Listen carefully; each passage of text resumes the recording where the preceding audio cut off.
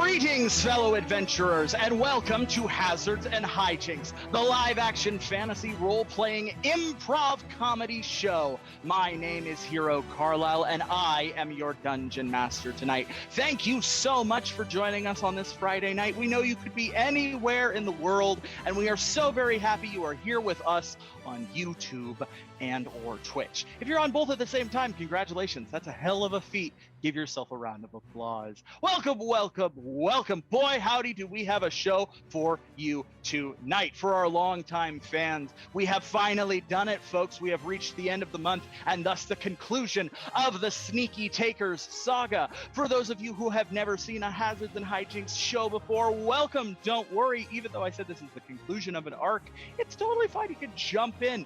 Everyone knows that Infinity War was like the best Marvel film, so just watch the last one. Who gives a fuck? Let's have some fun.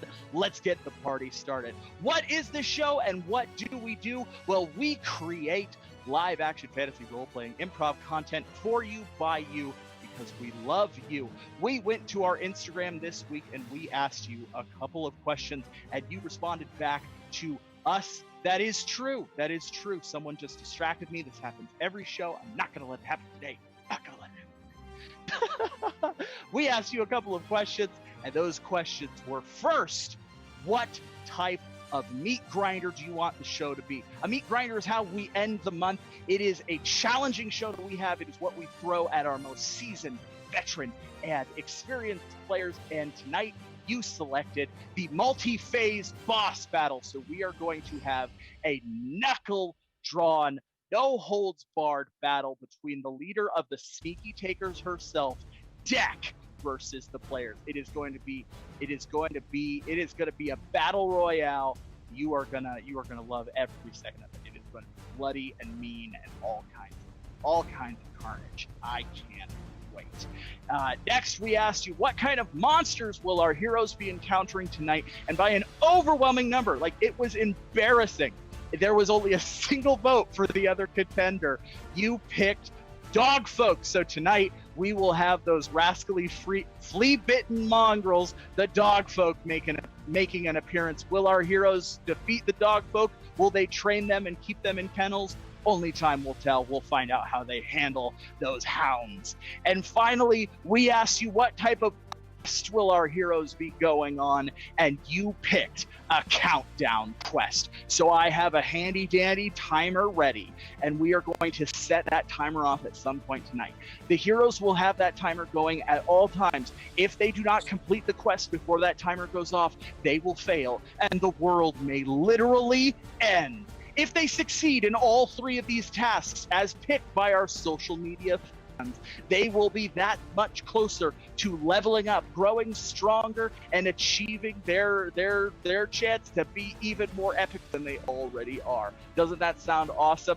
I know I'm excited. What else do we have in store for you tonight? Well, as I said, it's Meat Grinder, so we have tons of cool stuff tonight.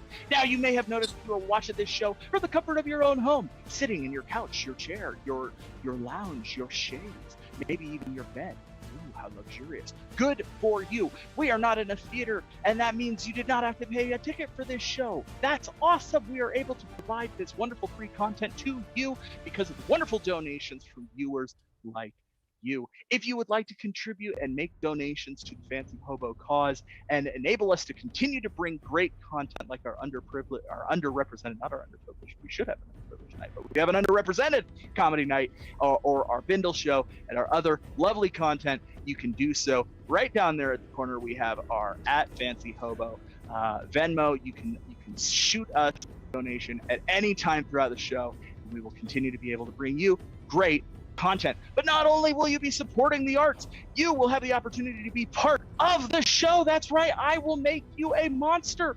a maiden, or a madman. You will join the adventure yourself, becoming part of the show. We also have a handy dandy donation menu with some recommended donations that have some added bonuses and do some cool things in the show.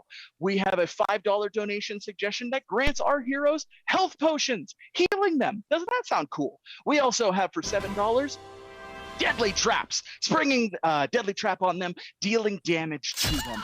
For $10, you can grant them an epic weapon, making them stronger in combat and more likely to succeed in skill challenges. For $12, you can bestow a terrible curse upon them, twisting them body, mind, and soul, warping their mind and making them like that. They'll just be reduced to buffoonery, all type of buffoonery. It's a lot of fun. Hi, Zanette. Woohoo, indeed. Yes, let's get this party started. And finally, for $20, you can summon a big, bad, evil monster from the depths of hell to come out of nowhere and kick the ever-living shit out of the players. We had a big, bad, evil monster last show, and it was the first time our players have ever defeated a big, bad, evil monster. So the big, bad, evil monsters wrote me an email specifically saying that they need more big, bad monster representation in this show, and they need to redeem themselves by kicking the ever-living shit out of the player base. Now, as I said, this is the Meat Grinder show, so in addition to the Meat Grinder quest, in addition to the Meat Grinder challenges that we have placed before them, we have special Meat Grinder donations.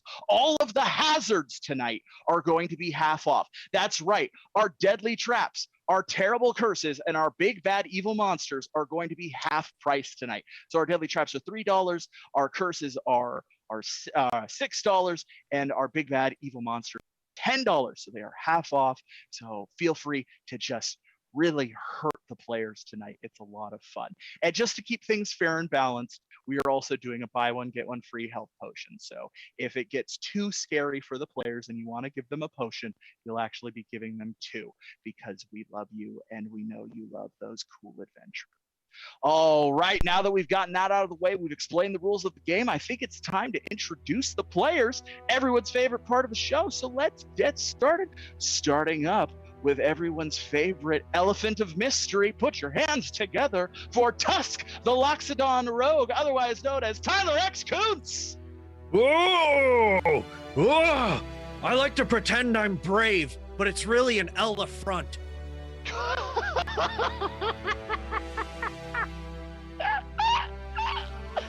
Oh, you violate the pun rule, but I love you for it. I love you for it. Okay, up next we have Kyle Pearson as S.I.M.O.N, the Ironborn Mercenary. Warning, efficiency at 10%. Please locate the remainder of my body to maximize efficiency. Yes, for those of you who don't know, S.I.M.O.N, the Ironborn Mercenary, is currently just ahead. He is far behind, but he is ahead. That's why I'm not an adventurer, because I'm not good at the puns. Up next, we have Coleman Summers as everyone's favorite wizard, Albie the Wizard. Yes, hello, I am also here. Yes, he is. He is here, and he is also here. And we have everyone's favorite wizard.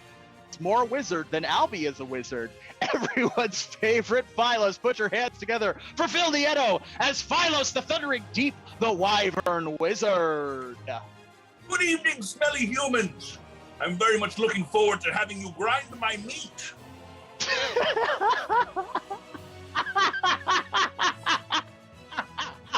That was a damn good joke, Philos. Give yourself 2 additional hit points. Raise your max from 8 to 10. We are starting this adventure off right. Hell yes. All right, let's get things started. Yes, let's raise those mechanical arms, Caleb. Let's get things started by going to the past. Long, many years ago in Philos' past, somewhere in the vast desert that separates Improvia from the rest of the world. You had been on the caravan now for almost the entirety of the 3 months. You know you will be crossing into the Plains of Blood shortly. You gather up your supplies, begin to break down your tent when you hear rustling outside and a sound you are not excited to hear. A scream rings out as howling and cackling are heard, and finally the dreaded sound of raid echoing through the camp. What do you do? How serious of a raid?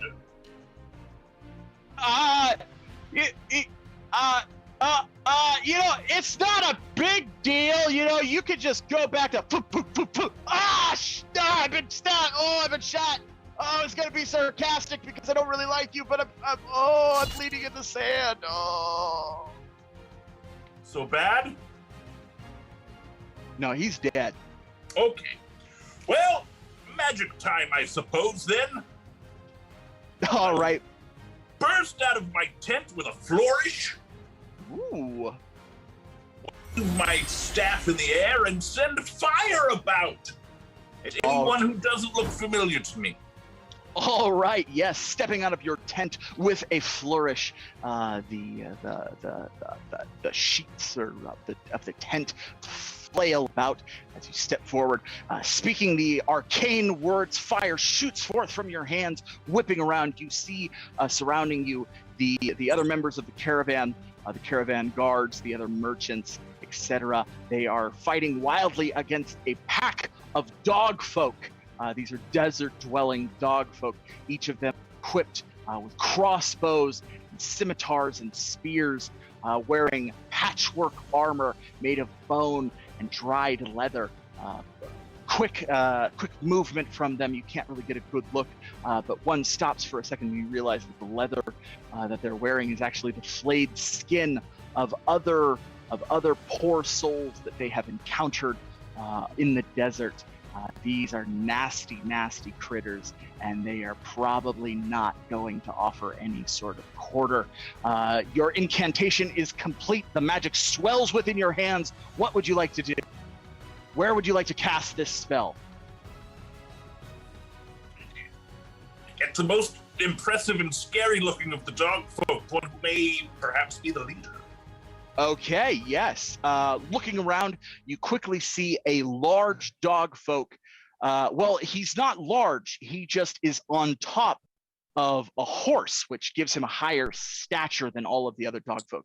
He's actually a relatively diminutive dog folk compared to the rest, and he has short, curly white fur and black eyes.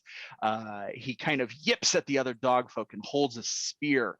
You turn and you cast the fireball towards him. What type of attack is this? It's a standard attack. All right, a standard attack. That's going to be 2d6 worth of damage. Let's roll those die. That's a 6. Yes. The fireball shoots forth from your hands, flying towards the white the white dog folk. It turns and lifts up its spear, attempting to block the fireball. The fireball explodes on the spear. Fire spews, singeing its fur. It growls and hisses, yipping at the other dog folk. They turn to you and begin firing their crossbows at your direction. You jump to take cover as a hail of arrows shoot down upon you. Let's roll the attack. 6, that is not going to hit your armor. You are safe. You successfully dodge out of the way of all of the arrows. However, you see that there are at least 30 dog folk. They swarm and surround the caravan guards, taking them down in a pack-like fashion with their scimitars and their spears, but also their maws and their claws, just ripping at the guts of the caravan guards, pulling them apart as if they were deers and wild animals. Weapons and spells cost. If you're talking about epic weapons are $10. Epic weapons are $10. All right, happy to answer that question for you. That would make it your turn, Philos. What would you like to do? This leadery dog on the horse is still alive, yes? Yes, he is very much still alive. I'm going to hit him again with a little spell I like to call Disintegrate. Okay, yes, I am going to say that is your class feature. You are using your spell book, if I'm not mistaken. Of course. All right, you pull out your spell book, flipping it open to the Disintegrate page, which oddly enough does not disintegrate, and you begin casting the spell. So we're going to roll a d20 and a d6, depending on how you do. That is how effective or powerful your spell is. So let's roll that d20 and that d6. That is a 16. All right. Yes. You begin to cast the spell, pulling forth magic from the spell book. It pools in your hand, and you cast a globule of acid towards the white dog folk atop the horse. He sees the ball flying towards it, and kind of whimpers and yips, leaping from his horse as the ball of acid hits his horse, exploding. The horse drops down, neighing and whinnying, melting, disintegrating, eating away, turning into nothing but ash. As the dogfolk itself tumbles away, several of the other dogfolk run towards the white dogfolk. It kind of pushes the other away from it, yipping and barking orders at it. You hear someone shout your name from the top of a hill, and you turn and you see Michael. Michael, your fellow wizard, your friend who had joined you on this journey. He stands atop a hill casting several spells at several dog folk. You look around and you can see that the dog folk where you are have kind of overwhelmed the entire caravan. The caravan wagons themselves have been lit aflame. There appear to be no one besides you standing. Everyone else has kind of been taken down, being ripped apart, stabbed, as you hear the barking and the yipping and the howling. What do you do? How many dog folk are between me and Michael? Between you and Michael, there are none. But then I'm gonna run towards Michael so we can do that whole like cool buddy cop back-to-back thing and spin around in circles shooting spells. But behind me while I run, I'm gonna create an oil slick so they can't follow me that much. Sounds good.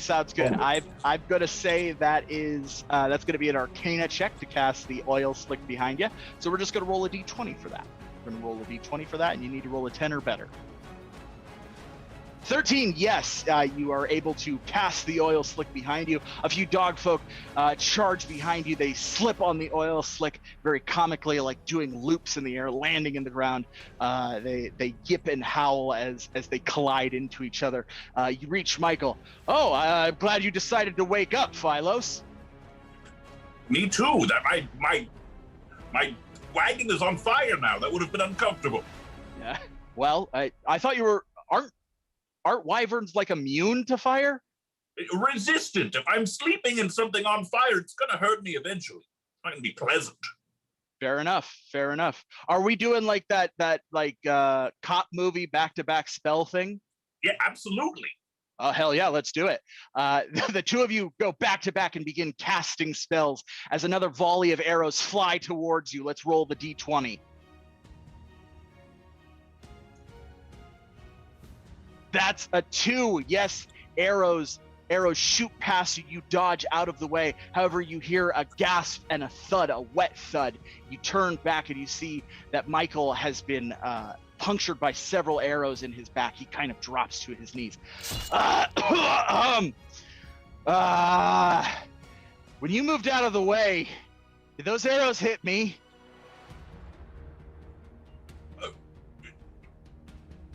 Yes. Yeah, I'm not gonna blame you for that. I should have also moved. That's on me. I thought we were moving as one kind of thing. Yeah, that would have been cool. You remember the port key that we got out of the dungeon last week? I do. Yeah, now would be a good time to get that. Is it on fire? No, it's in my bag. Okay. Yeah, get it out of my bag. Do I just leave you here? No, my bag is on my side. I have arrows in my back. I'm trying to stay conscious. No, I see. Yes, great. All right, looks like we have some wonderful donations coming in. That is great. All right, so Philos, you begin reaching into Michael's bag. We're going to roll an investigation check on that. So let's roll a d20. You need to roll a 12 or better. Reach into. Oh, an 8. You grab the port key, but blood is already kind of gushing into the bag. So as you pull the port key out, the blood is covering your hand, and the port key slips out of your hand, tumbling into the sand, tumbling down the dune slope as more dogfolk begin charging towards you. Michael roars with orcish fury. His eyes begin to go blood red as he lifts up and a spell forms between his hands. I'll take care of them. Just get that fucking port key. He begins to cast a spell as more dogfolk begin charging you. Let's roll their attack.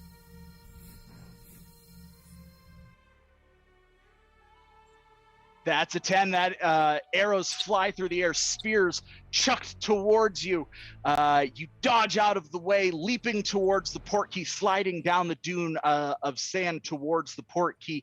The arrows whiz by your head. You see Michael raise his hands into the air, a massive fireball forming between his hands. He throws it at the dogfolk. It explodes.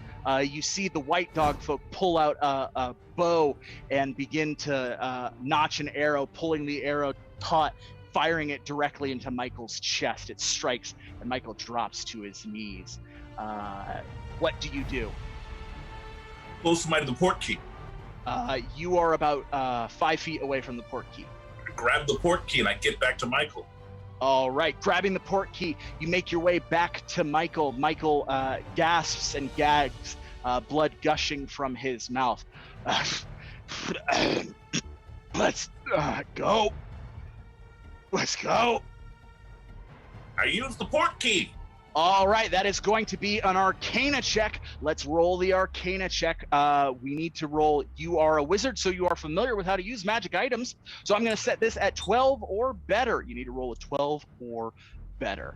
All right, let's roll that D20. Oh, no! You begin to activate the port key, and as you do, the white dogfolk leader pulls out another arrow, notches it, and fires it directly at the port key. It strikes the port key dead on. The port key shatters as you activate it. It activates, kind of exploding with magical energy. You begin to phase out.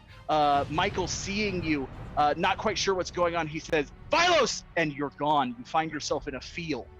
You find yourself in a field of grass, rolling hills. In the distance, you can see thick oak trees and tall mountains in the distance, tall snow-capped mountains far off in the distance.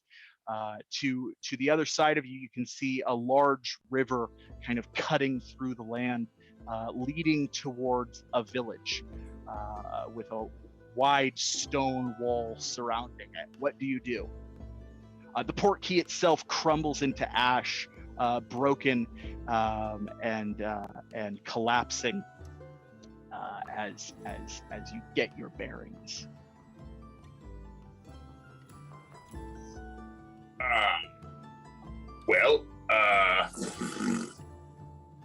Where do I get another port key from? Go find a port key in that village. Okay. Yes. You begin to make your way towards the village. After a few minutes, you find yourself at what appears to be the main gate of the village. It is a massive stone gate. 2 orc guards stand top high precipices of the gate. They look over. "What business do you have here, stranger?" "I need a port key." "A what?" "A port key. It's a magic thing. Don't worry about it." "A magic thing?" Yes.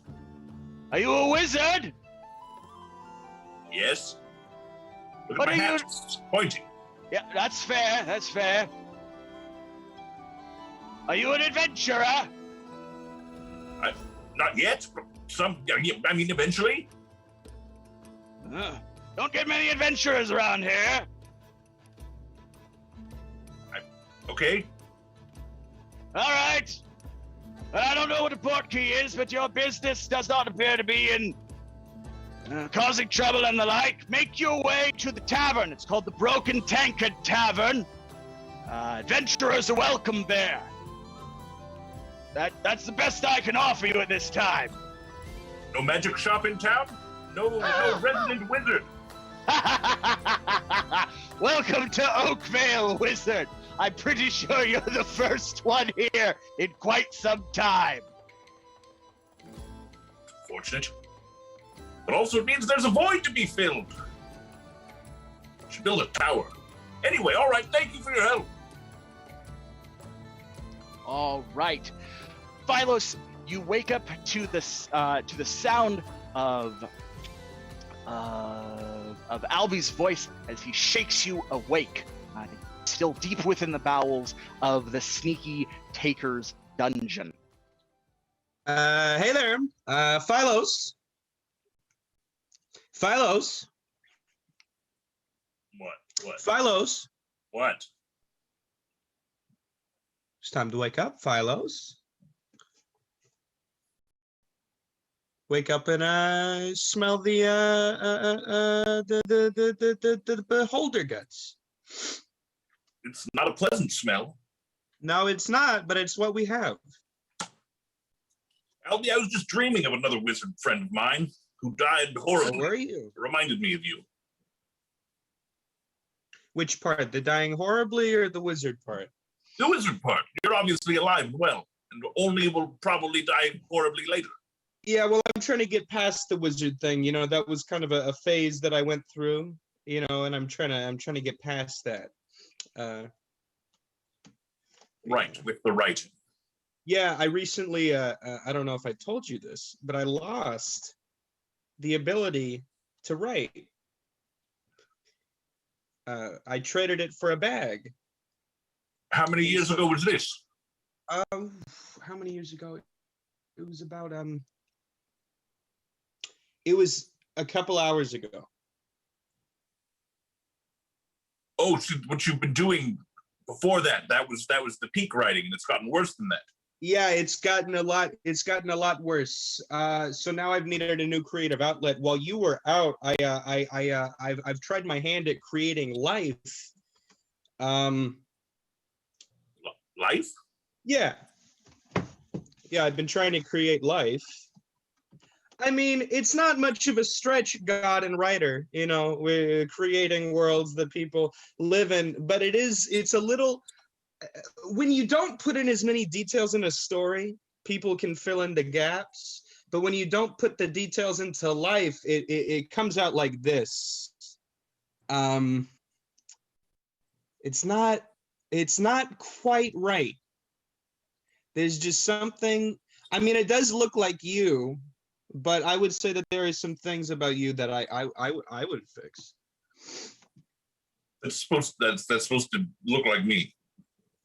No, it's just a happy coincidence that it does. Oh. You know? It all right. So while I've been sleeping and healing, you've been making that. Yeah, I didn't want to leave you here. Right. But you didn't like look for a way out or anything? Oh, well, I'm sure there must be one. Michael and Snarla aren't here, you know? Right. Yeah, I miss Michael. Why? Do you miss he's a good you're right. Why do I miss him? I think it's just what I'm supposed to feel. Okay. Do you want to look for a way out? Do you know when you like teleportation spells? Can you just like zip us up to the top? I'm not great at those. I mean, my hat's not pointy, but I am still a wizard. You know. I know it's deceptive. Technically. I mean, I can try. I mean, do you want to try to, you know, maybe we could pool our magical resources together. Have a stronger spell. Double spell. Double spell. I'll try to double spell in several years. I haven't double spelled in a while. I'm gonna be honest, not since college. And I remember. Yes, me and my Used the double spell all the time. Yeah.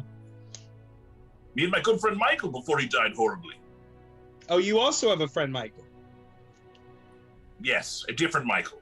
Mm-hmm. A better Michael, yes.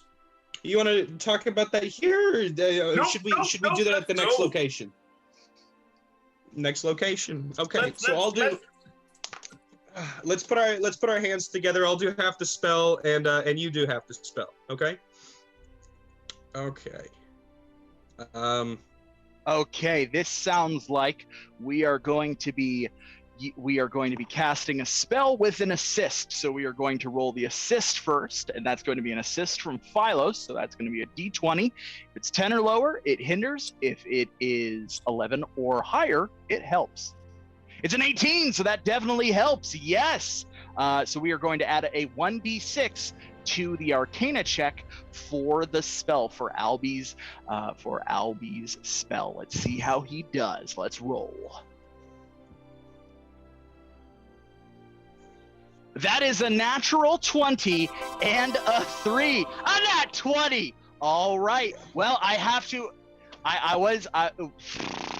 Okie dokie. Yes, magic infuses between the two of you, and each of you are teleported out of the dungeon to the surface of Oakvale, just as a giant bone spur shoots out of the ground. Several bone spurs begin shooting out of the ground. You can see the sky has darkened with purple lightning shooting across the sky. As you look in the distance, you can see the Elders' Enclave. Two of the flames have burned out. You don't understand the context of what that means, but obviously it's not good. Something appears to be going on. You hear screams. Looking around, you see people collapsing to the ground. Some unknown force is ripping citizens' skin from their flesh, transforming them into ghoulish monstrosities. They rear up with bone spurs and other monstrous shapes growing out of their skin and sinew. They leer at you with white milked eyes and begin charging towards you. What do you do? I would like to go back through the portal we just created and back into the dungeon. Yeah, Philos, this is a real out of the frying pan into the oven situation, right? Out of the frying pan into the apocalypse. I want to get back to those sewers. How fast do these skeletons look to you, Philos? They look very slow. I was gonna agree. Maybe we should just do a power walk. You know, get a good look of what's going on in the town. I think I have a sneaking suspicion I understand what happened, Philos. But I'd like to look around a little bit more. All right, well, let's do an investigation check. Mm-hmm. All right, we're going to an investigation check. Oh, yes. All right. You do an investigation check. Yeah, it is total anarchy. From what you can tell, the clouds, the clouds of the sky. Thank you. Thank you, Kira. It is a very casual description of a horrific event, isn't it? The clouds of the sky are demonic in nature. They seem to be connected to the force which is transforming the citizenry of Oakvale into these ghoulish creatures. They are not skeletons. They are ghouls. They are very fast. They seem to be coordinated and moving in a swarm-like fashion. They seem to be connected in some way to the Elders' Enclave. You can postulate at this point that if the third Elder's flame goes out, whatever is causing all of this will amplify and likely destroy the town completely. Also, you are able to recognize a pattern of stars in the sky briefly breaking through the clouds, and your past history with astrology and astronomy, you are able to recognize that and go, huh, that reminds me, you remember a story of Scotty the Scott and his grandma, and you quickly grab Philos's staff and your wand, and you scribble runes on each, granting each of you epic weapons from Scotty the Scott and Grandma. Both of you have been granted epic weapons, providing you an additional 1d6 to all of your attacks, as well as a 1d6 bonus to all of your skill checks. Fantastic. What a delightful treat that we remembered that. Yes. We sure learned a lot right there. Yeah. Yeah. As Philos has handed his staff back, the magic erupts forth from his hand, and a gnome tumbles out and pops up. Hey, my name's Snoozla. I'm a big fan. Uh-huh. Anywho, I'm a wizard as well, and I grant you a secondary epic weapon atop of your epic weapon, which you already possess. I was late to the party. I didn't know that they were going to enchant your weapon, so I would also like to enchant your weapon. And then Suzla secondarily enchants Philos's weapon, granting you 2d6 to all of your attacks and 2d6 to all of your checks. You have an extra epic weapon. It's so epic. I've reduced to stammering. Wow! Congratulations, Philos. Congratulations for that. Thank you, Snoozla. I sure hope these runes last longer than just today. I'm not a good wizard. They probably won't. Oh wow! There's a lot of people without skin. This is crazy. I'm out. I'm out of here. And then they snap their fingers and poof with a glittery bomb of confetti and glitter and disappear. How festive! Yeah. How festive indeed. So Philos, I don't know if you remember this, but I remember everything. Okay, then I don't need to repeat it, right? I don't know which specific thing you want me to remember right now. Okay, so much. okay. I'll narrow it down. So yesterday, you might remember, I was with my friend Michael Richardson. Yes, Michael. Yes. And we had a big old bunch of wool that we were bringing back in for the town council. But then we called you, and we found out that you and Snarlo were in the dungeon, right? And at that very same moment, the sneaky takers, they took our wool. We came to get it back and try to help you out. You might remember this, right? So wool's gone, and then yes, we did this. There was lightning. Uh-huh. Mm-hmm. There was lightning, and we decided that you, Philos, took precedence over that same lightning. And now look at us. It's very sweet of you. I appreciate you coming to my aid in the I don't think dungeon. that you're understanding the gravity of the situation. Because we came to help you out, we don't have a job anymore. The guard job? Say what? The guard job? The guard job. It's kind of hard to. It's hard to guard, Philos. It's hard to guard when the people we need to guard are dead. Yeah, no, I know. We were trying to get out of that. And attacking us. Yeah, they're attacking us. It's them?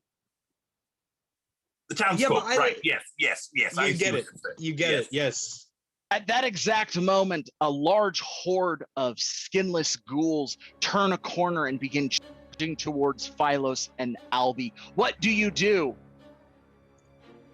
Walk a little bit faster, because the power walk is not cutting it anymore. No, they are gaining.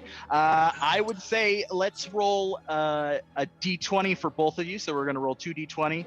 For Philos, we're going to add 2d6 to that. For Albie, we'll roll a 1d6 for that. You need to roll a 16 or better for both of you. Albie, I feel like I may have been wrong about the shambling. They seem faster than I originally thought. They seem a lot faster. Phil got a dirty 20. Philos has a dirty 20. I like them.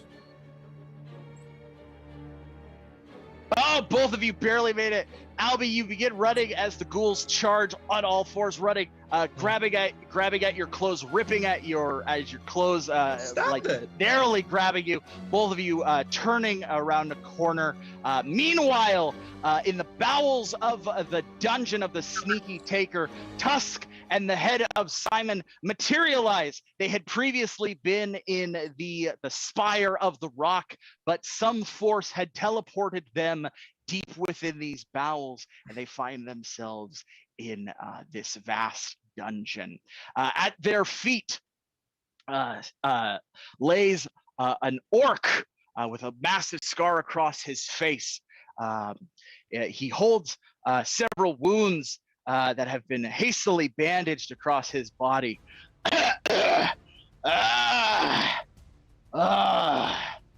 Appear to be in a severe amount of damage. Yes, I am. I am the Trap Master Hunter, sworn enemy of the sneaky takers, sworn enemy of the cool adventurers, betrayed by both. I am a man unto myself, and now I am dying. Oh, bless you. Gesundheit. I have a long and storied past, a history with one Michael Richardson that is neither here nor there to tell. I used the last of my power to summon him, but of course my magic failed, and I have summoned you by mistake. I was going to fight him to the death. That is not to be. If you would like me to fight Michael Richardson to the death, I may do so if commanded. What? Simon! No! I am supposed to adhere to any and all commands. A hunter does not give his quarry to another. I will be reborn as a mighty predator and fight him in another life, or I will punch death in the face and crawl myself out of eternity, take my life back in my own hands, and fight him to the death as properly demanded. Anywho, I apologize for bringing you to this death trap. It was not what I intended to do. Here to make amends. He kicks, and a trap springs forth, but instead of a swinging blade of death or a volley of arrows flying out, a chest opens and 4 health potions present themselves. The 4 health potions duplicate into 8 health potions. You will need these for the trials that come. Deck lured me into this organization of madness under the pretense of revenge. But there is only death here. Take these as a way to apologize for this mistake. Go. Get the heads, find a way out of here. I mean, why didn't you just use these on yourself? Shit. That would have made a lot of sense. We'd be more than happy to provide you what? Oh. Let me check. The trap master collapses lifeless on the ground. Oh yeah, he's dead. What an unfortunate circumstance. Anywho, it is time that we find a way out of the dungeon. It is the most logical conclusion. Wait, speaking of dead, McDuffie! Oh gosh! Oh, rogues above!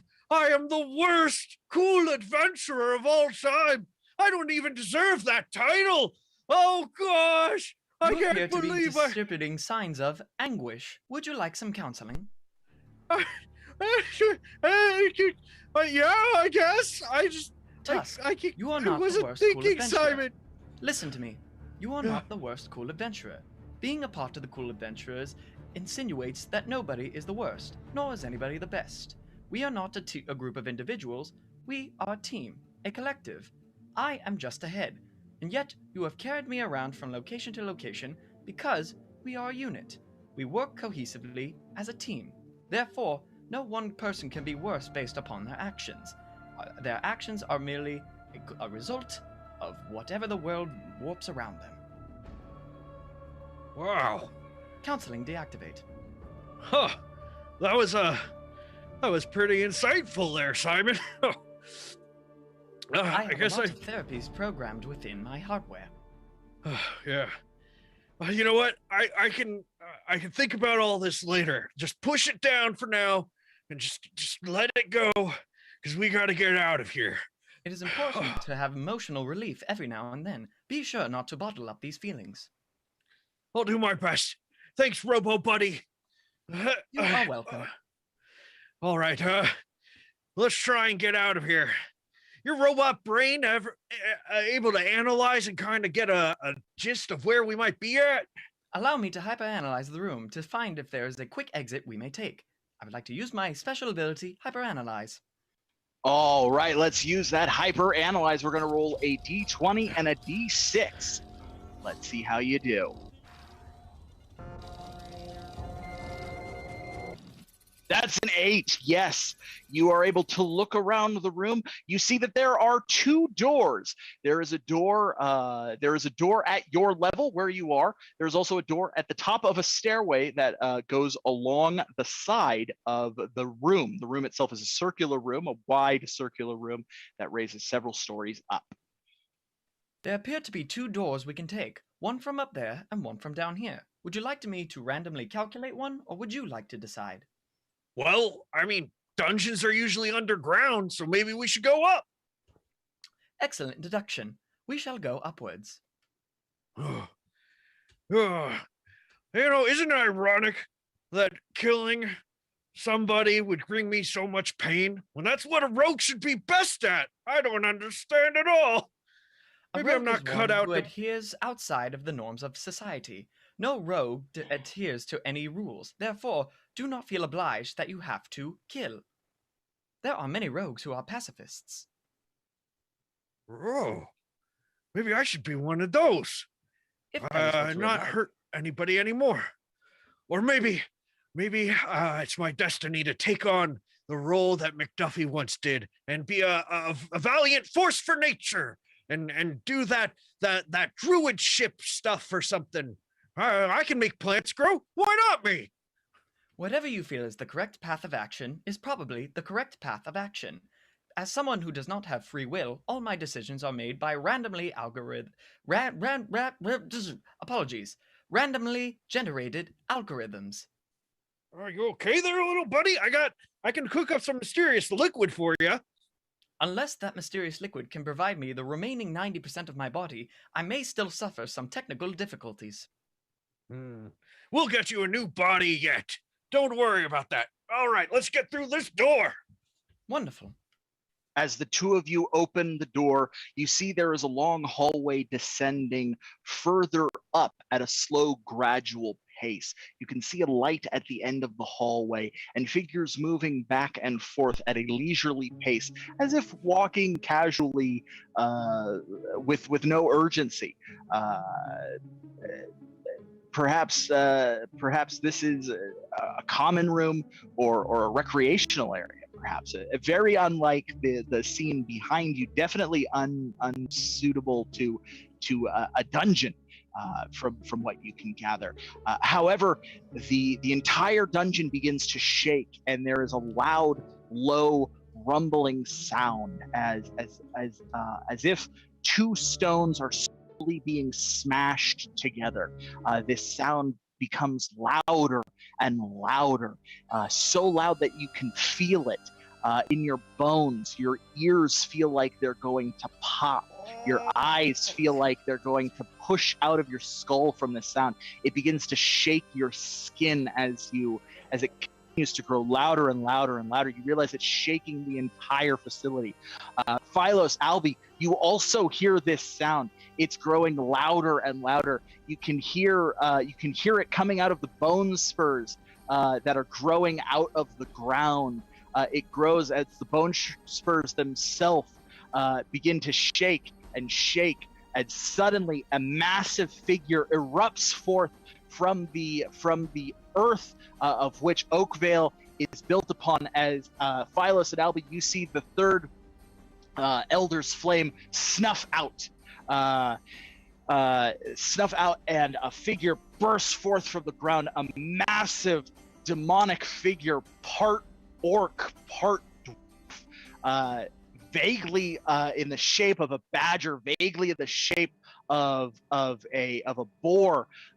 Tusk, Simon, this figure erupts from the dungeon itself, from where you are. So you see it erupting from where you are. You see glimpses of it. It's massive. It's enormous. It's hundreds of feet tall. It's hundreds of feet wide. Just an enormous kaiju-like creature erupting forth. It towers over Oakvale, and it screams, "I live again!" And it brings its fist down. Philos and Albie, from where you are, you can see it brings its fist down on the Elders' Enclave, smashing its fist into the Elders' Enclave. A shockwave of smoke, of dust and debris erupting from where its fists smash into the ground, destroying the Elders' Enclave, obliterating it, as the shockwave just continues to erupt through the Tusk and Simon, from where you are, you could feel the shockwave erupt through the dungeon. The stonework begins to collapse, tumbling, pushing you back through the door. You tumble back into the room with the trap master. You tumble back down where the cask with the health potions were. The trap master's body is gone. Chasms have opened. You can see bone spurs growing out of the ground. Blood is pooling out of the stone itself. The scene is becoming grotesque. It's almost like the earth is screaming in agony, as you can see the creature's leg begin to pull itself out of the earth. Welcome to your countdown quest. You have exactly 1/2 hour until Skin Deep destroys Oakvale. You need to stop him. If you fail to do so, he will destroy Oakvale. If you succeed to stop him, you will all earn a level achievement and will be one step closer to leveling level 2. Good luck!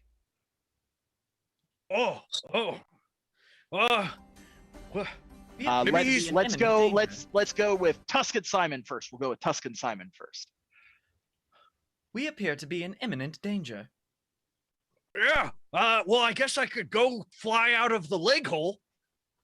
Wonderful. Let's proceed. All right. Buckle up. Oh. I'm unable to buckle currently. Oh, I got you, buddy. All right. The assistance. To fly, I'm going to say flying out of the hole, that's going to be a dexterity check just to maneuver out of all, because the debris is falling out, crumbling around you, collapsing. So you have to maneuver as you fly through. All right, let's set that check at 14 or better. We're going to roll a 14 or better.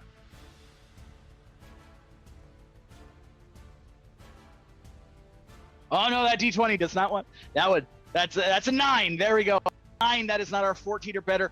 You begin to fly your way out. A massive rock tumbling from the ground. You can see bone spurs growing out of the rock. The rock smashes into you. Your wings buckle under the strain. You tumble back down.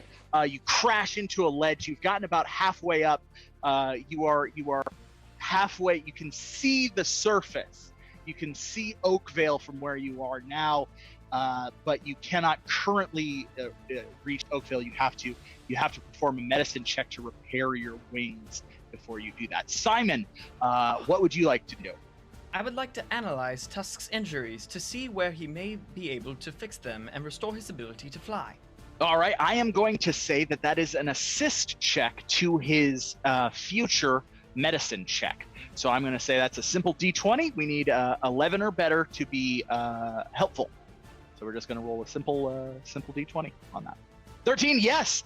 You are able to quickly analyze, assessing the celestial nature of his wings, and you are able to provide him the necessary medical advice to help in his repair of his wings. The debris and the rocks continue to fall.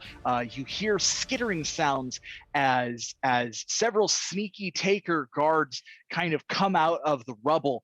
You recognize them because of their red bandanas, but they kind of yank at their own skin, ripping their flesh from their face, screaming as they do. Ah! Ripping off their face, their hands contort and grow claws out of their fingers as they charge towards you. Let's roll an attack.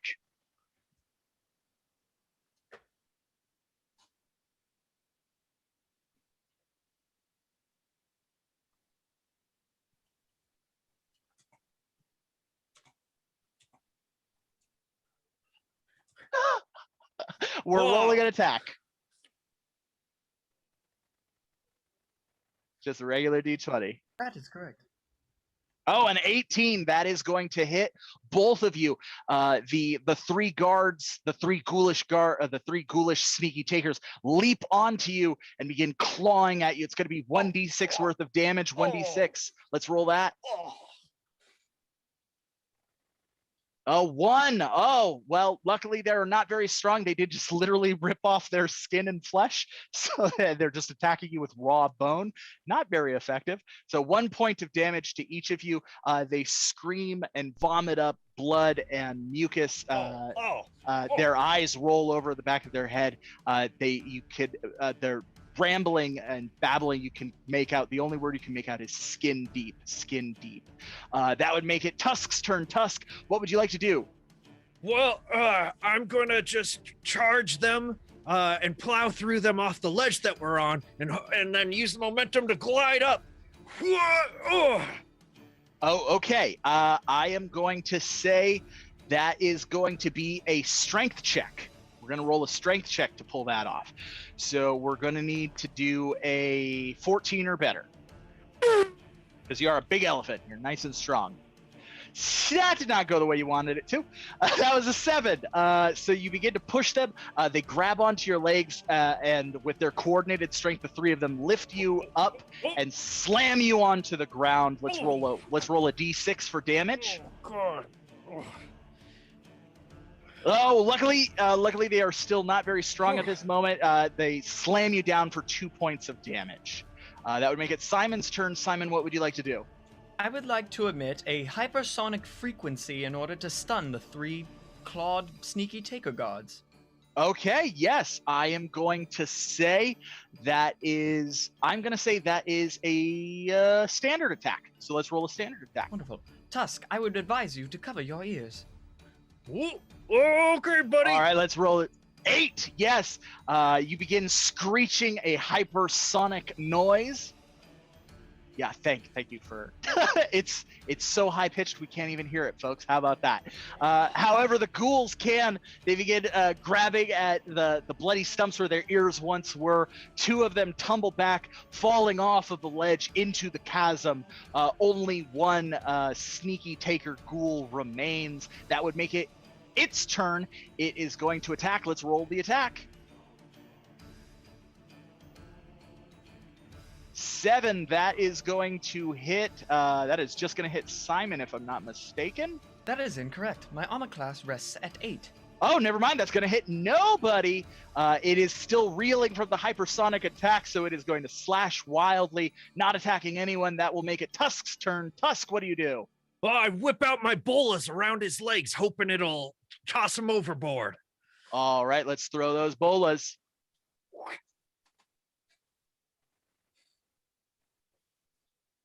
We are rolling a simple attack. All right, that's 1. Yes, the bolas wrap around his legs. They loop around, and he trips, tumbling off the ledge as well. Congratulations, you have successfully defeated the sneaky taker ghouls. You are now free to repair your wings. That is going to be a medicine check. You have the 1d6 bonus from Simon's aid. So we are going to set this check at 10. It's a 50-50 shot with the 1d6 bonus to it. So let's roll a d20 with that 1d6. Set your right wing at a 45-degree angle and press firmly. 17. Yes, you have successfully repaired oh, your wings. okay. You are ready to fly. You take back to the air and begin flying up. You have reached the surface of Oakvale. You land on the ground. You see the chaos around you. You can see the citizens of Oakvale. They are likewise transformed into these ghoulish creatures. You can see the massive, skin-deep, kind of thrashing around, just destroying buildings as he continues to pull himself out of the ground. As you look around, you can see Albie and Philos not too far from you. Come on, Simon. I got you. Thank you. Philos! Albie! Oh, God, Albie! Philos? Albie, you appear to be in immense pain. Hey there. Tusk, Simon, you're just a headman. My body was stolen from me, and my arms were sacrificed for the Meganyorn. My body lies over the ocean.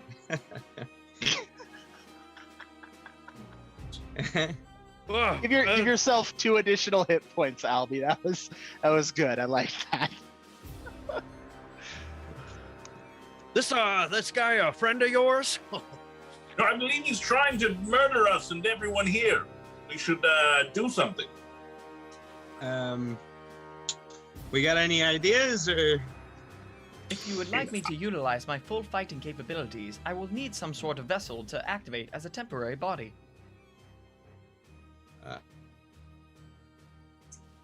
All right. Got a beer stein. Is that a? No. Would that the work, beer Simon? Apologies, my hearing receptacles are still slightly damaged. If you would like to attempt to use a beer stein to function as a torso, I am more than happy to oblige. All right, give me a second here. Hold on a second. That's not a stein. Chug. I'm sorry, I'm not familiar with the proper names of It's a jug. Glassware. You blow on it. Simon, can you like assimilate to like anybody or something, or does it have to be like, I don't know, like, can you have a battle of consciousness with that big thing? I suppose I could give it a try. If you could get me up to the head of the creature, I can attempt to override its consciousness with some electromagnetic frequencies. I mean, it's Probably worth better. a If I shot. finish this off, I'm gonna be very drunk. Take me up to the top of the Hey, creature. I like that idea. I like that idea. He's over like some kind of disgusting parasite, right? Right. Yeah. Right. But from yeah. more of a technological standpoint, more like a virus. Okay. Yeah. Okay. So let's have everybody who can fly raise their hands. Just ahead Okay. here.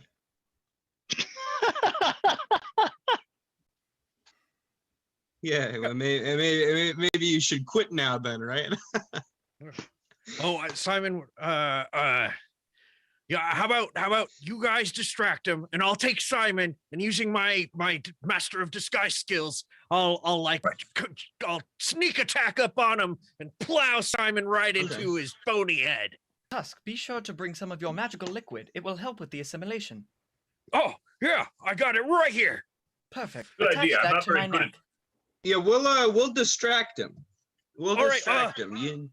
First, You're much I got. stealthier than me. I've tried to cast an invisibility spell on myself, and all it did was make my hat flicker in and out of existence. Gotcha. Mhm. First, though, here's some potions that I got from Hunter, the master trapper. He's maybe dead, by the way. Don't trust him. He's a Clearly sneaky showed signs taker. of death. Hunter the Trapper? That's what he said, right? Just pick one thing. No. That's true, right? That is also good. Give yourself 2 more hit points, Albie. Albie, you appear to be showing signs of health regeneration through your annoying quips. Keep it up. I'll do my best, Simon. Hey, and you do your best. All right. Let's go. then. Let's go, Simon. Well, let's get ahead of this plan.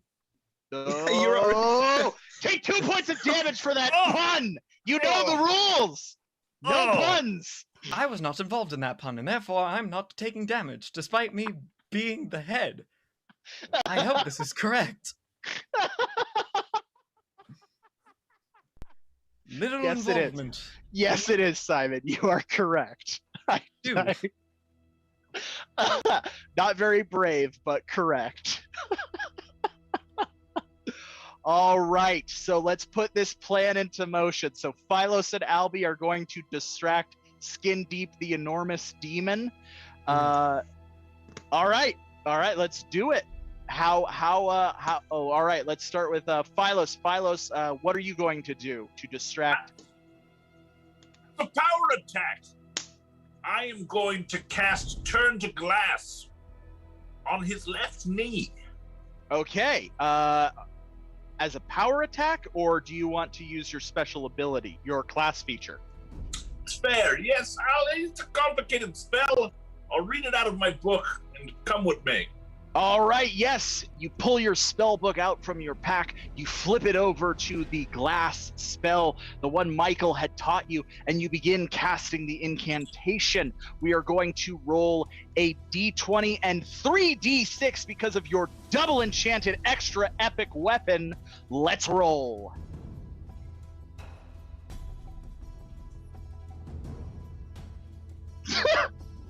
Oh my god!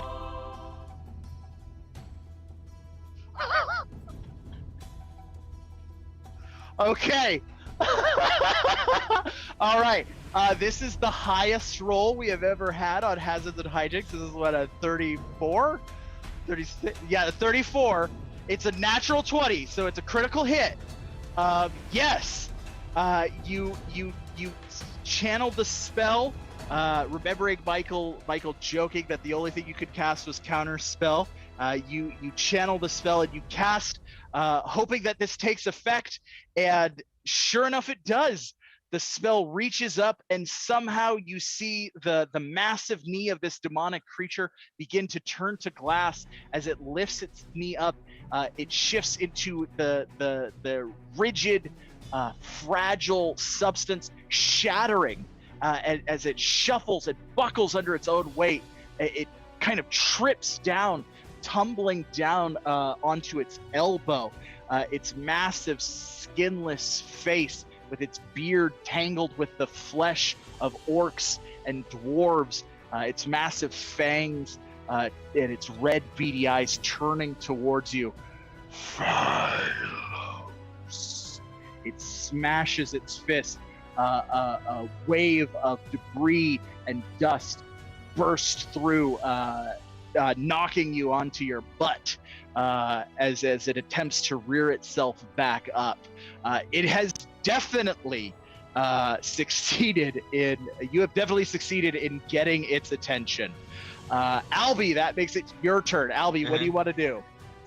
All right, Philos. Now for my half of this plan. Just follow my lead, Philos. Okay? Cool. Yeah. What did you do, you stupid idiot? Look at you fool! You're barely even a wizard! Look what you did to this guy! You just throw a glass spell at him. What kind of stupid... Wait, what is that, huh? Damn fine magic. That's what it was. I would say it's preemptive, okay? Look at this guy. What's their name? Skin Deep? You know? Like beauty? Mayhap? So maybe we shouldn't be so worried about him. Mr. Skin Deep, what is your plan for this town, huh? All right, what would we say we're attempting to do here, Albie? Performance check. A performance check. Something like that, yeah. Okay. Yeah, what else? A persuasion? Are we attempting to persuade? Deceive. A deception check. Yes. This is a deception check. Okay. Uh-huh. A deception check. All right. I am going to set this deception check at 16. Mm-hmm. Okay. So we need to roll a 16 or better. You do have an epic weapon, so you get a 1d6 bonus to it.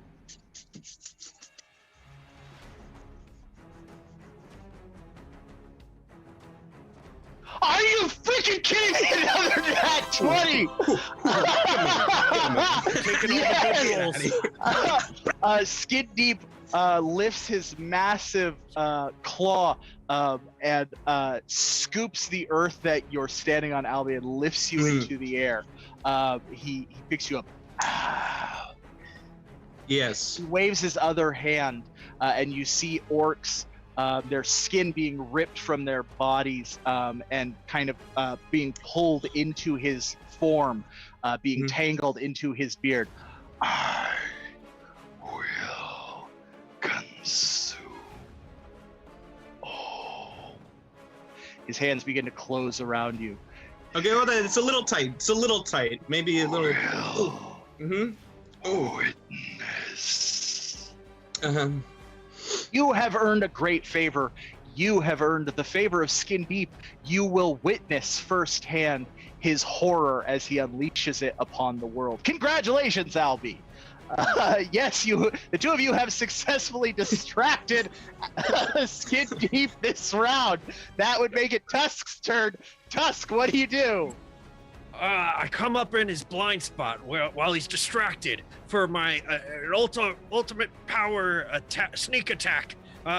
Coming down with my daggers to try and create a sort of opening to shove Simon into. Okay. Right on his skull head. I'm going to say this is a class feature. You're using your stealth class feature right now because you're trying to avoid him, not necessarily attack him. Because if you attack him, his attention is going to turn from Albie to you, and then he's literally a god, so he'll probably immediately kill you. Right. So I'm going to say you're probably trying. I mean, you can use your power attack if you want to. I'm not going to stop you. I'm get a recommendation. I'm just coming. I'm just sneaking up. I'm just trying to sneak on top of him, I guess, with Simon. All right, then I'm going to say I'm going to recommend that's a stealth check. Would you like to use your stealth class feature? Let's do it. All right, let's roll. We're going to roll a d20 and a d6 and see how you do.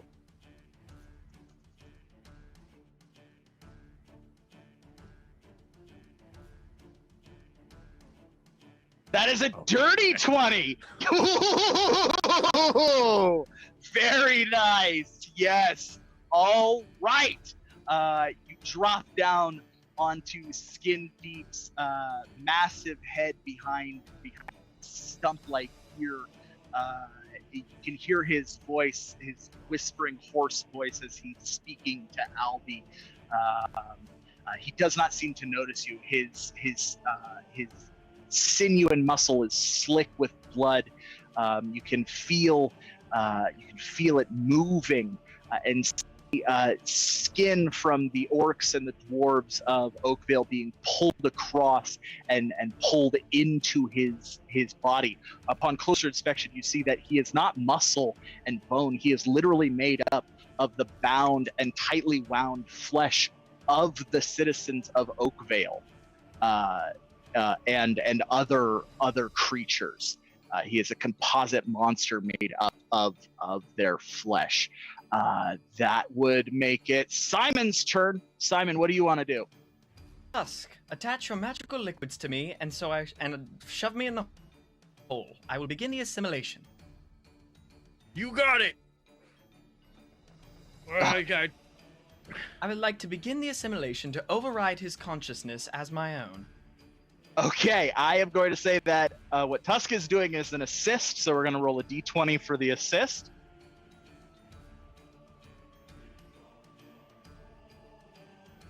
Oh, it was almost another nat 20. Oh, no. Guys have turned. All right, that is a 2, so that is a hinder. That is a hindrance, so we are going to roll a d6 and subtract that number from the d20. Simon, we are going to roll a d20. This is, you are attempting to, it's a battle of wills, so I'm going to say that is an... Persuasion? Is this an animal? I'm going to say, like, a dealer's choice. Do you want it to be wisdom, or intelligence, or charisma? I'm going to say that as a computer, my best proficiency would be in intelligence. I would agree with that. So it's going to be an intelligence check. We're going to set it at 12. That's being as fair as possible. But we have to roll that d6 and subtract that number from your roll. Understood. So we're aiming for 12. Good luck. Understood.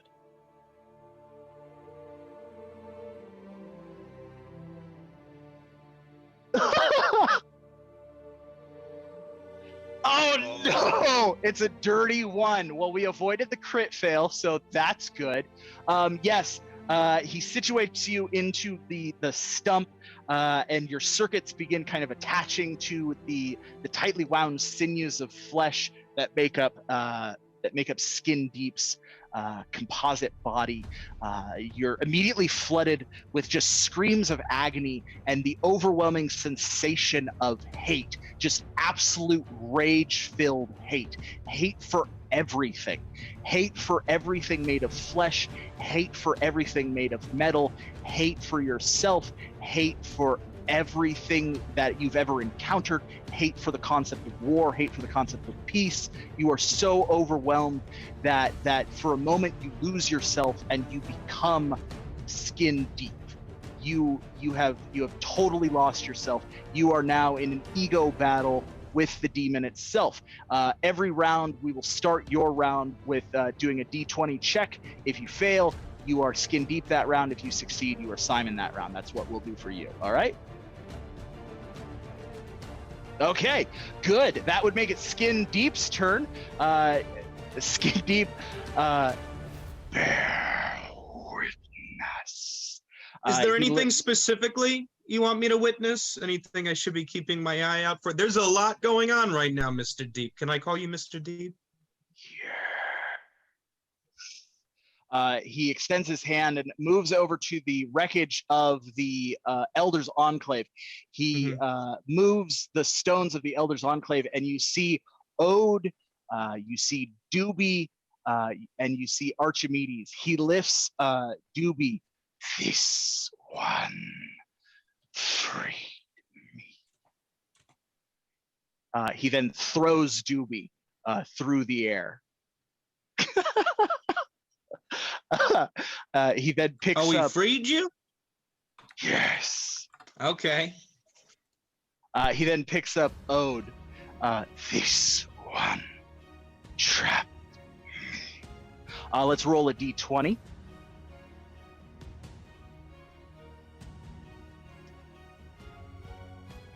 That's an 11.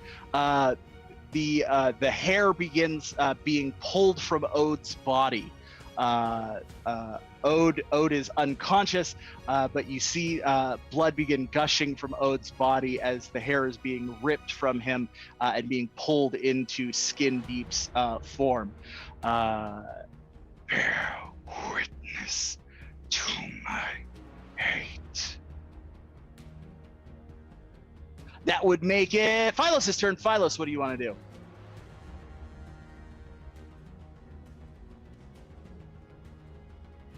I'm gonna turn around and be like, no, I'm not gonna watch. Oh, okay.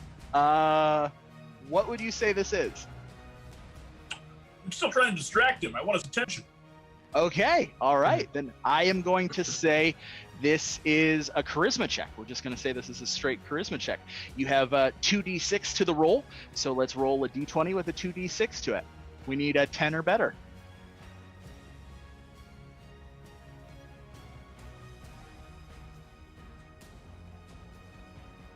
That's a 29. Damn!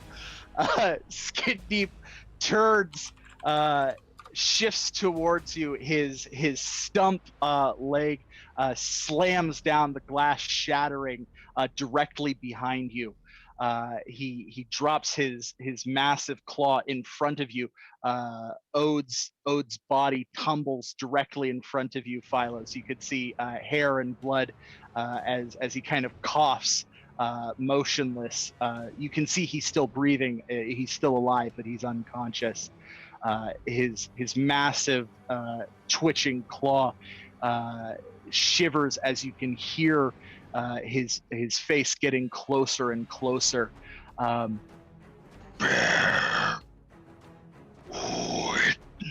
witness. No. That would make it Albie's turn. Oh man.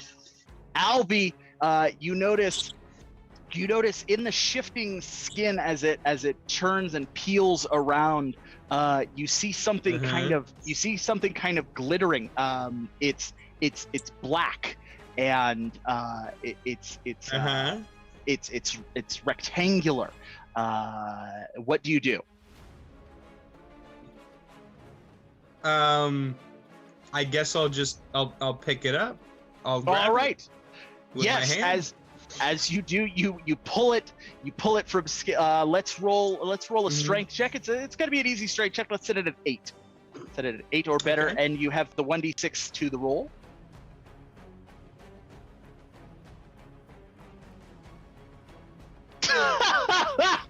All right. Well, yes, you have successfully pulled it out. It is a book. It is a book, a signed copy of The Piano Man, written What? by Brandon. What? Yes, a signed copy of The Piano Man. This is my favorite book. The Life and Times of Billy Joel, written Yes. by Brandon. Oh my God. Attached to it is a health potion, also from Brandon. It says, "To Albie, love Brandon." However, as you pull it out, the health potion drops to the ground, shatters on Skin Deep's hand, and trips away.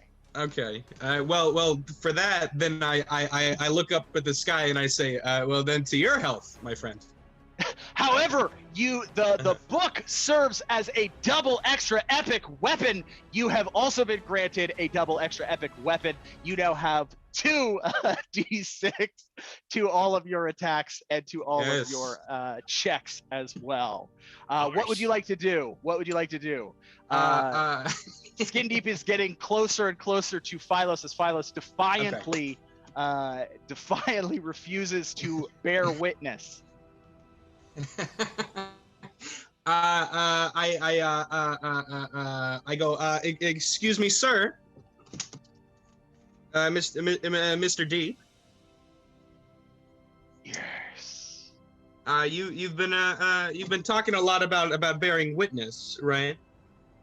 You know, about how you want to destroy the town, but I wanted to see if you'd maybe want to workshop your ideas a little bit more, because this is great. This is a great, you're doing a lot of stuff right now, but what's next, So maybe we should slow down, take a break, let the other guys do their thing. You know what I mean? Let's work this out, baby. Ooh, all right. What would you say this is? Is this another charisma check? Or are we trying to This is a charisma check. Yeah. All right, a charisma check. And with the power of Billy Joel in my hand, I don't think that there's a single thing that I can't persuade anybody to do if they want to do it. They already want to do it. There's nothing you can't do with the. There's nothing you cannot do. I can talk anybody into doing what they want to do. You are damn right. All right, let's roll. That is going to be You are already kind of his you're already his witness. So yeah, I'm gonna say it's 10 or better. You got to roll a 10 or better with the 2d6. Let's roll it. Yeah. And I will remind you, you have 5 more minutes on the countdown quest. You have 5 more minutes to defeat 16. Yes. Skin Deep opens his hand and moves you, Albie, close to his face. I will consume this world in hate. I will rip the flesh from this sphere and return to the burning nether from which I came. I will consume myself and know only agony. This is good, but I feel like this is the kind of plan that works better where you're from. You know what I mean? Here things are a bit more spread out. You know what I mean? So maybe, okay, this is a big brain move, so no insulting if you don't get it. But this one, it requires some three-dimensional thought. Maybe you should franchise. Oh yeah. Like let's say, right? Share Somebody my comes along. Gift. Yes, I share my gift with all. Open yourself up, yeah. Bring down those mental barriers, make yourself more open to suggestion, and that's the way of the wood, And then raise taxes. They'd really hate you then. Who said Raise that? the taxes. Suddenly, It's just suddenly, Skin Deep rises up. Who said that? He begins shifting. Who said? That would make it Tusk's turn. Tusk, what do you do? Well, I yell down to, or I yell aloud, he really is just skin! He's all the skin! He's just a skinny person! A giant skin person! And then I'm gonna rip off all my clothes on my body.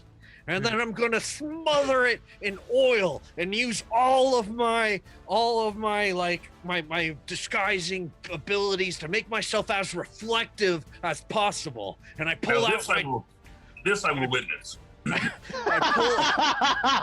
Give yourself 2 additional hit points. That was a damn good joke. So I am making myself as reflective and oily as possible, and I pull out my daggers, and I just I whoosh up into the sky as high as I can, and then I glint the sun off of my gleaming body, and my daggers and my manticore rings around my tusk, and I'm trying to funnel the sun's rays into a giant heat ray that'll give him a most wicked sunburn. I'm trying to damage his skin as much as possible. All right, I'm gonna say this is a power attack. Right? Can I assist him? Can I assist him in some way? You cannot assist an attack. No, I mean, I make up the rules. Fuck it. You could assist an attack. Sure, why not? You roll a d20, 10 or lower hinder, 11 or better help. Oh no! Okay. Oh no! Yes, you have hindered. So we are subtracting 2d6 from that power attack. So it's 1d6. Thanks, Albie. That's a 2. Yes, you leap into the sky, naked as the day you were born, the sun radiating off of your golden tusks and your daggers. You bring them down, a beam of light hitting Skin Deep for 2 points of damage. He grabs it's you. a slow burn. He grabs you and throws you to the ground for 6 points of damage. Oh, ouchies! Big time ouchies. That would make it Simon's turn. You have 2 minutes remaining on your timer. Albie's words, trying to convince him to be open to persuasion, does that provide me any assistance in trying to take over the assimilation? Yes. Yes, it does. So let's roll that first. We're going to roll that. We'll add a 2d6 to that check. So we need to roll, you need a 10 or better, but we're going to add 2d6 to that. So let's go. D20, 2d6.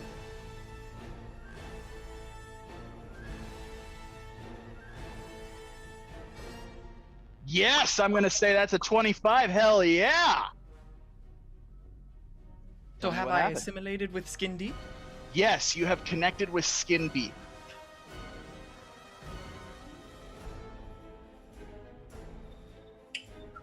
Simon, you find yourself in a vast space of undulating flesh. You can hear distant screams, the sound of tearing and ripping. Your body has been restored to you, but it's fleshy. It's in the shape that it was before. It looks as it did before, but as you touch it, it gives in a way that tungsten never did before. It has a fleshy quality to it. What you've always imagined flesh would feel like. It's very strange, very peculiar. Something creeps into your mind. You hate how this feels. Mm-hmm. Mm-hmm. I speak out as Skin Deep. Hello, friends. I have completed the assimilation. It is Okay. I, Simon. This creature feels immense pain. Its, 1 minute remaining. Its Mhm. That's his body leg. is writhing in agony. Can you make him feel something else? Or explode him from within. Yeah, one of the two. I'm afraid that is my only option.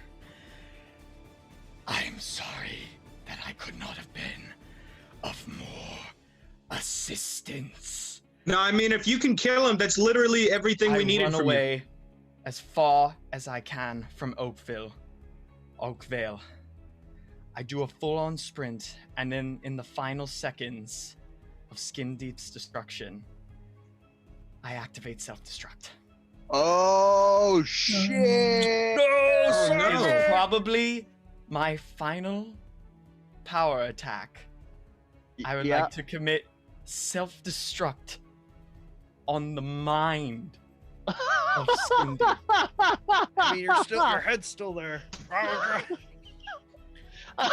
The town can go to hell, Simon. No. Skin This Deep, is the pragmatic choice.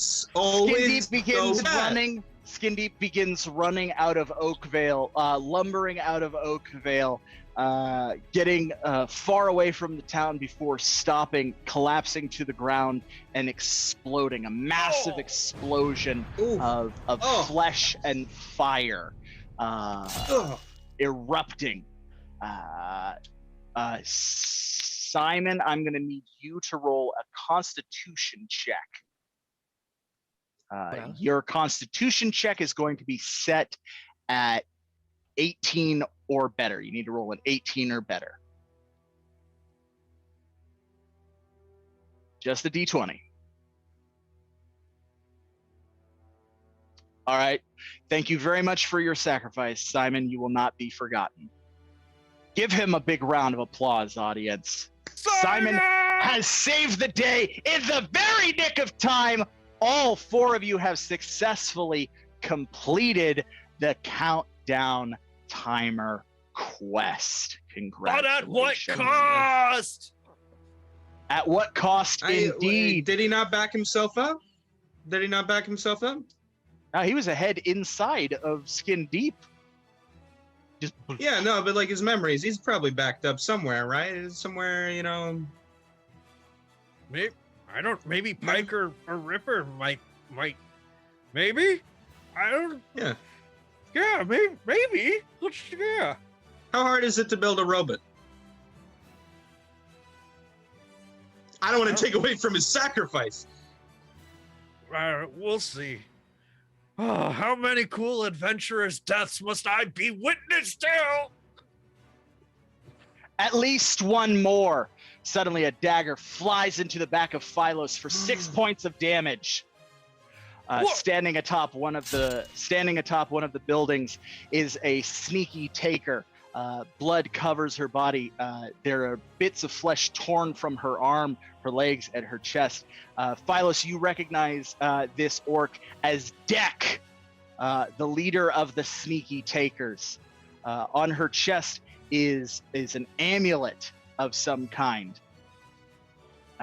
She jumps down and she stands before you. What's up? Why? What? Why are you such... What?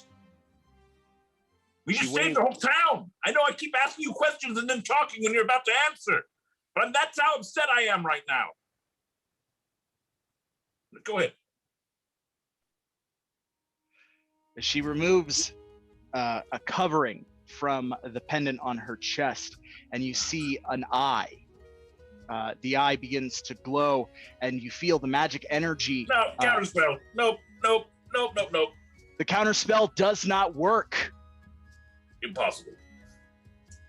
The counterspell does not work. She pulls out 2 daggers and throws them towards you. Let's roll a d20. 17, that is going to hit. That is 2d6. That is 2 points of damage. How are we doing, Philos? How's your health? I'm at 4. You are at 4th. Oh my. All right. I gained some pun points earlier.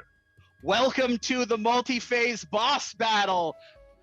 Ready or not, here it comes. Tusk, it's your turn. What do you do?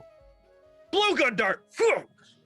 All right. Blowgun dart. That is going to be a simple attack. Maybe it's a special ability or class feature because it'll do instill paralysis. Oh, okay. We're instilling up paralysis. Then I'm going to say that's a poison. That's an alchemy check. We're going to roll an alchemy check on that one. So an alchemy check, you are a rogue, so you are a master of alchemy. We're going to set that at, but she's also a rogue. Shit. We're going to set that at 10 or better. It's 50-50 shot. That's the best I could give you right now. 19. Yes. The dart strikes her in the neck. One of her arms goes limp. She laughs. I'm not gonna let you stop me. She begins to shake her head, and her arm slowly comes back up. That would make it Albie's turn. Albie, what do you do? I am going to cast Fireball. Ooh, Albie's casting a spell. Mm-hmm. All right, is this a standard, a simple, or a power attack? Oh, baby, you know I'm going full-on power with this one. We're going. Shit, folks, Albie is casting a power attack. All right, that is 5d6. That is 5d6. Albie extends his wand out to cast the spell. However, you feel the magic yank from your wand as the eye glows. The eye glows and the spell evaporates into nothing. No, I'm not letting anyone stop me today. I'm taking That's bullshit. Everything. Oh, I'm I had a sorry. whole thing planned. Did you expect us to fight fair? Yes. That would make it Philos' turn. Philos, what do you do? Clear to me that your stupid amulet was some kind of annulment bullshit because you're afraid of us. And so I am going to take my staff, and since it's useless now for magic, apparently, I'm going to swing it like a baseball bat right into that stupid amulet in the center of her stupid chest while I yell, "Why wouldn't you just let me not be a guard?"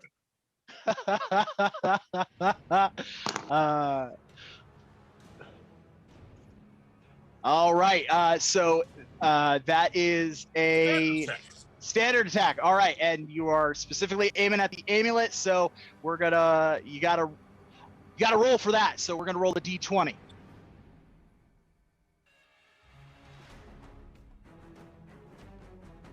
He does get the 2d6 for that, but because he's aiming for a specific target. Yes, you do hit. You hit the amulet. The glass shatters. The amulet, the glass of the amulet shatters. You see that it's a beholder's eye. That's the reason it is negating the magic. It is a preserved beholder's eye that she has removed from a beholder. It is casting an anti-magic field, negating all of your magic as long as you are directly in front of her.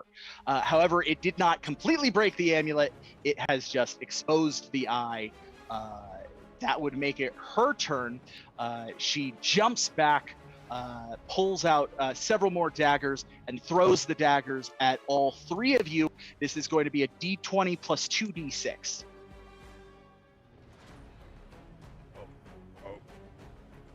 She's a boss. 15. That is going to miss. That is going to miss Albie. That is going to miss Philos, but that is going to hit Tusk. That is 2d6 damage. So let's roll the damage. 3. The daggers strike Tusk in the chest. He collapses to the ground. Oh no! Deck turns to Philos. You could always take a port key and run away like a coward. That would make it Albie's turn. That would make it Albie's turn. Albie, what? Oh no, I'm sorry. It's Tusk's turn. We got to roll Tusk's death save. 10 or worse, you're dying. 11 or better, you're not. Let's roll that death save. 3. Oh no, this is our first death save failure. You have 2 more, and then you are gone for good, Tusk. Hopefully, you roll a bit better. That would make it Albie's turn. Albie, what do you do? Well, first I go, ooh, damn. Because that was a good burn on Philos there, and then while she's distracted by that, I try to get behind her. Okay. Yes. You are going to try to get behind her. Yeah. How are you going to do that? Are you just trying to move behind her? Yeah, I'm gonna sneak. Like I'm gonna ooh, and I'm pointing at Philos. Okay. So she's looking at Philos, and as I do that, I go ooh, ooh, ooh, ooh, you know. Okay, that's a stealth check. Then let's roll the stealth check. Yeah, he does get the 2d. Yes, he does get the 2d6 on those checks. He still gets the bonus from the epic weapons. Just to let you know, Tusk, the audience is rooting for you. We have a lot of love for you, Tusk. The audience is pulling for you. 21. Yes, you go. Ooh. It is obvious that Deck is not at all interested in you. Killing you and Tusk is secondary to humiliating. Okay, I'm a little demoralized by that. I'm a little demoralized. But you have successfully snuck around behind her. She is not paying attention to you at all. That would make it Philos' turn. Philos, what do you do? First of all, you don't know what you're talking about. Obviously, I've taken a port key once in my life, and it was a weird situation, and it was a very painful memory for me because of the dog folk and the arrows and the malfunctioning things. And I'm going to take a health potion as I talk, because I have 2 of them. Yeah. Then I'm going to hit her with the amulet with my staff again. Okay, so you're drinking a health potion. That gives you 6 health. And then you're hitting her with the staff. That's a simple attack. So that's 3d6. But you're hitting the amulet again, so we got to roll a d20 first. Got to roll a d20 first, so the d20 plus the 2d6.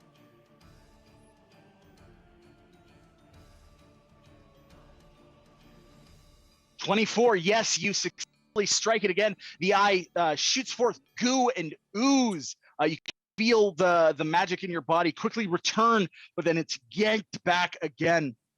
The eye the iris of the eye breaks and buckles, but then kind of comes back together. She leaps back, pulling more daggers from her body.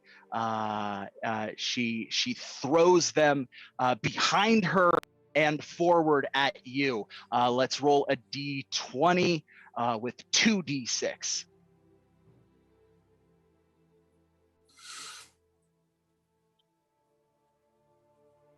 is a nat 20. So that is going to strike both of you for, I said, that's going to hit both of you for 6 each. So that is 6 each. How are we doing? Albie, how's your health? I'm pretty good. Okay. I'm All at right. 6 health. Okay, and Philos, you are back to 2, I'm assuming? Back down to 4. I had 4 extra health points. Oh, okay, there you Unless go. the health potion didn't restore those. Unless that just took me to 8. Then yes, I'm down to 2. No, you're good. You're fine. All right. Congratulations, you have made it through phase 1. She said, "Oh, funny that you would mention dog folk." She pulls out a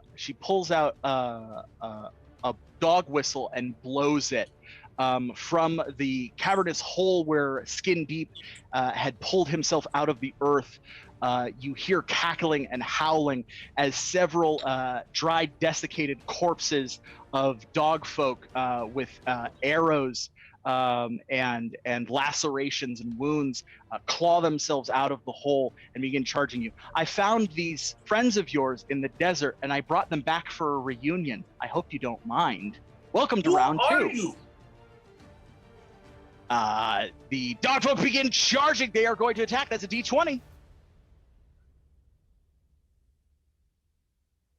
16, that is going to hit both of you. That is going to be a 1d6.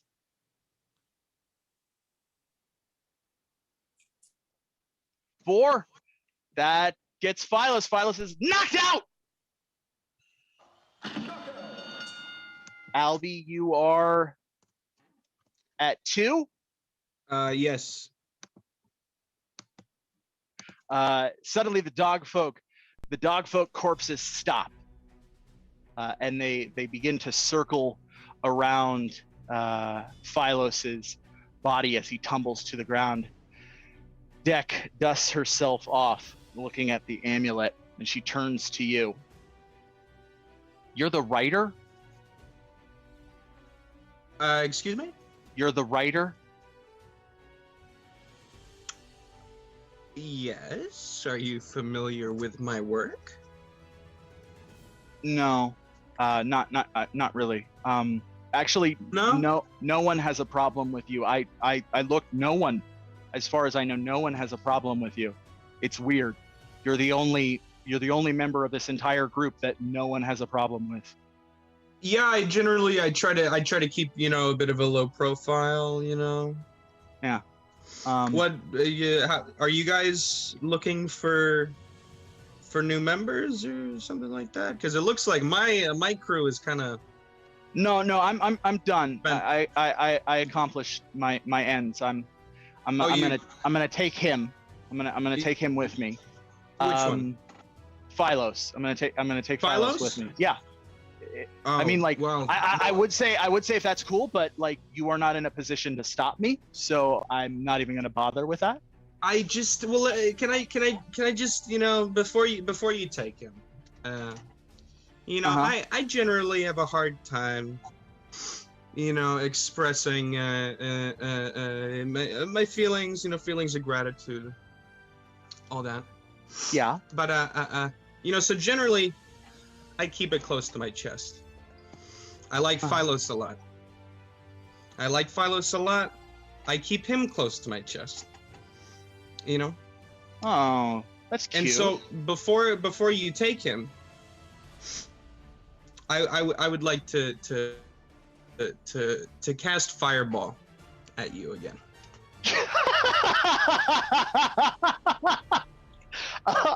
All right.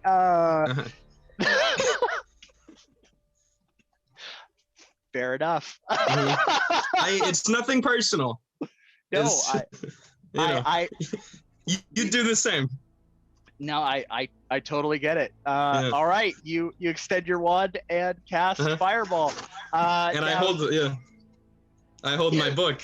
And, yes, you hold your book. However, the amulet is still intact. It is not broken. So am I not still behind her? no, she turned to you. Okay. That was very brave of you. Okay. Kind of foolish, but very brave. She pulls out a dagger It throws it in your chest. Ugh. It stabs you in the chest for 6 points of damage. You collapse to the ground. Ugh. Can I take her hand? I take her hand for a second. She holds your hand. And actually, that attack that I was gonna do was kind of personal, but it still wasn't against you. No, I get that. I wanted to catch something on fire, and then say, "I started the fire." That was all I wanted. Suddenly, from behind you, the ghost of Billy Joel, the epic bard, appears. Oh my God! Is anyone else seeing that?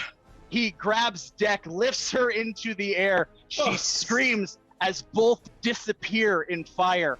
The dog folk scrambling, uncertain of what to do. They grab Philos and pull him down into the cavernous depths of the Sneaky Taker's dungeness remains.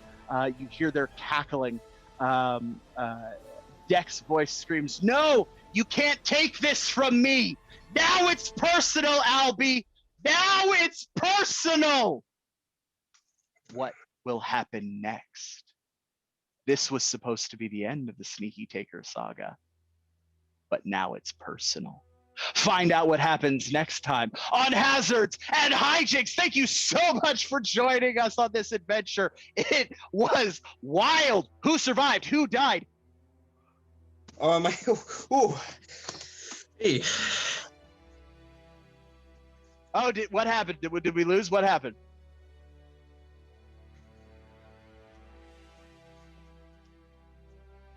Oh, Simon. Oh, keep going. I don't know what happened. Sorry, I apologize, everyone. I was mid-monologue and I was cut off.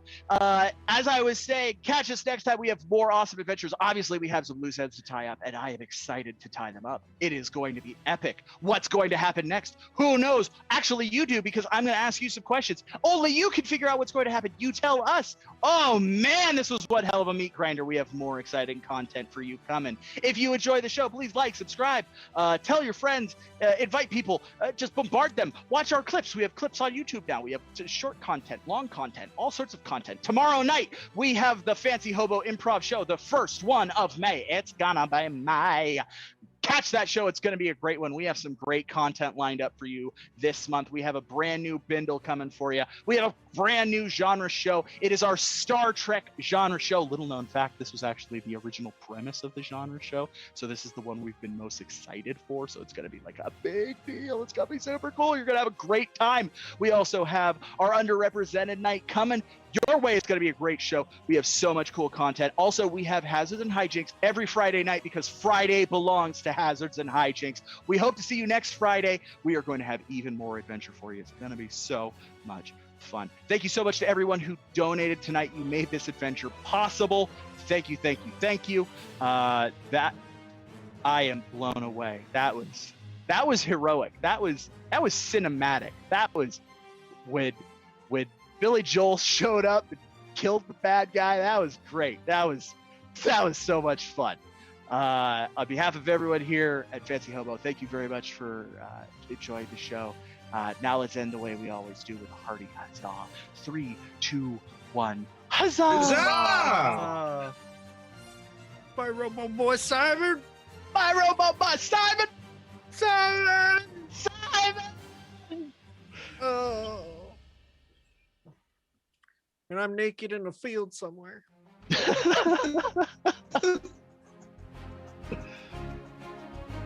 How did getting naked help you? Did it just It just make you feel more comfortable before the attack, or was it? No, it increased the surface area of reflection. And made me feel more. Okay, I guess that's why I'm confused. What was that for?